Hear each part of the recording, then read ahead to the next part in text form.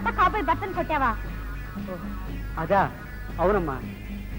పాపం అమ్మాయిని వాడు మొరటగా ఈడ్చుకెళ్తుంటాను చూసి సహించలేక నాకు తగిలించాను. ఏ గణకార్యం చేసావన్నయ్యా? ఆ కోపంలో నిన్న రాత్రి ఆ బండవదవా లతను కొట్టి కట్టి చీరకు నిప్పట్టించాడట. అదృష్టవశాత్తు మంట ఆరిపోయింది గాని లేకపోతే లత మిగిలేదు కదన్నయ్యా. నిప్పంటించాడా? అంత రాక్షసులా వాడు? అవును. కాలుస్తున్న సిగరెట్ లత కాలు మీద నొక్కేశాడట. పాపం కాలి పుండు పడింది. తన కష్ట సుఖాలు నాతో చెప్పుకోవాలని సాయంత్రం నన్ను 4ంటికి గాంధీ పార్క్ రమ్మంది. అలాగా? వెళ్ళరామా పాపం. వెళ్దామని అనుకున్నాను కానీ కరెక్ట్ గా 4ంటికే ప్రైవేట్ క్లాస్ పెట్టారు మా మాస్టారు. 10 రోజుల పరీక్షలు ఉన్నాయి కదా, తప్పకుండా క్లాస్ వెళ్ళాలన్నయ్య. పోనీ నా బదులు నువ్వు వెళ్ళకూడదు? నేనా? అవునన్నయ్య.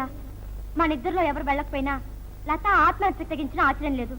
ఒక నిండు ప్రాణాన్ని పొట్టన పెట్టుకుని వాడు అవుతాం మనం. సాయంత్రం రమ్మన్నా నాగదు? అవునన్నయ్య. అయినా నాకెందుకులే, ఉత్తిని అడిగా. సాయంత్రం 4ంటికి రమ్మన్నా నాగదు? అవును. అయినా నాకెందుకులే, ఈ ఊరికి అడిగా. సాయంత్రం 4ంటికి గాంధీ పార్క్ రమ్మన్నా నాగదు? మరే?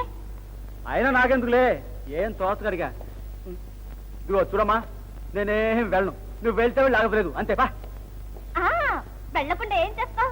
సాయంత్రం 4ంటికి గాంధీ పార్క్ లో. టక్కరి గుంట నాపై కన్నేసిందంట, ఎన్నెన్నో మాయలు చేసి నన్నే కుదరేసిందంట. మనసు మనసు కలిసేరా, నాతో జతగా నడచిరా.